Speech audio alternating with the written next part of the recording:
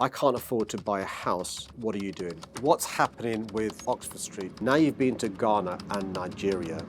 Who makes the best jollof?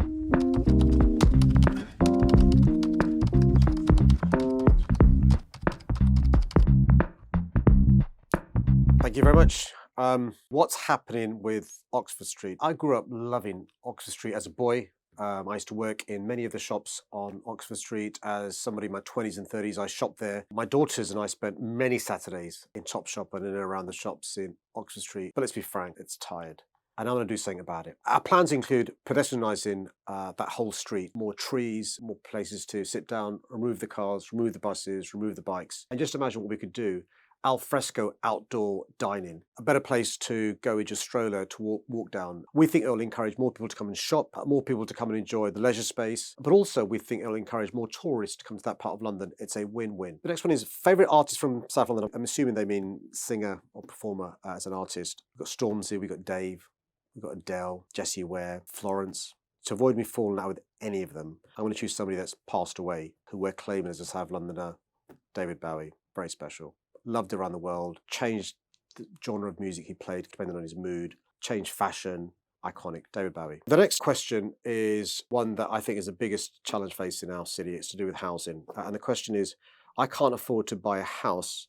Lots of people can't. What are you doing? I know the difference affordable housing makes. I was raised in a council home, on a council estate. My parents had the security of knowing no landlord would come and evict them with short notice, but also they knew that the subsidised rent meant they could put money aside to save for a deposit to own their own home, and that dream became a reality. Unfortunately, over successive decades, we've not been building the supply of homes to meet the demand, and the lack of supply has meant when the demand's gone up, the price has gone up as well, the price of renting and the price of buying.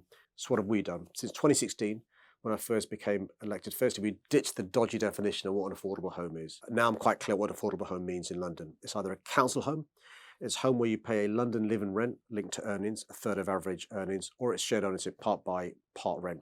And since 2016, we've broken records in a positive way. The largest number of council homes started anytime since the 1970s.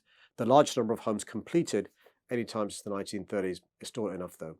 And that's why I'm working closely with the government, who've given us increased funding to try and address this problem. But also, really importantly, the government's changing the planning rules as well to make it easier to build, but also to use some of the low quality, badly maintained, inaccessible green belt in and around London that we could be using to build the affordable homes we need. And so what we're going to be doing over the course of the next few months is consulting on a new London plan, working with developers, working with the government to get building again. The next one is, I think, a mischievous one. Now you've been to Ghana and Nigeria, who makes the best jollof rice? People always tell me about how great jollof rice was in Ghana. It was special. Nigeria, also incredibly special. I give them both chef's kiss. The best jollof rice, though, is in London.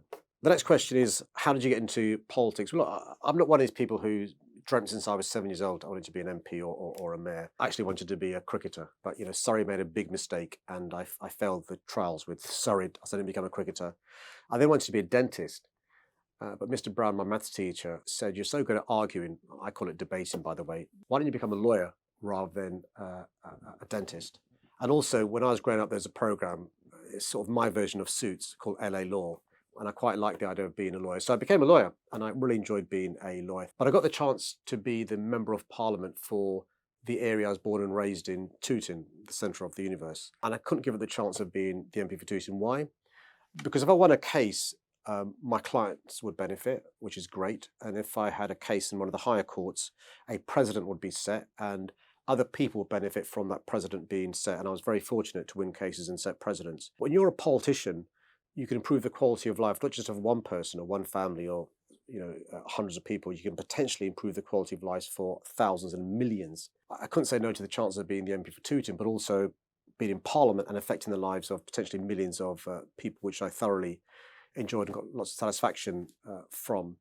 And then I got the chance to be the mayor of the greatest city in the world, the city that gave my family the chance to fulfill our potential. We worked hard. This city gave us a helping hand, council homes, comprehensive education, good universities. And so I wanted to give something back to this city. And so, I'm really proud to be the mayor of London and trying to fulfill that London promise. You work hard, you get a helping hand, you can achieve anything. And my job as the mayor is to provide that helping hand. And thank you so much for sending your questions. I've really enjoyed this, found it really stimulating. Please keep on sending the questions. I'll keep on answering them. Cheers, guys.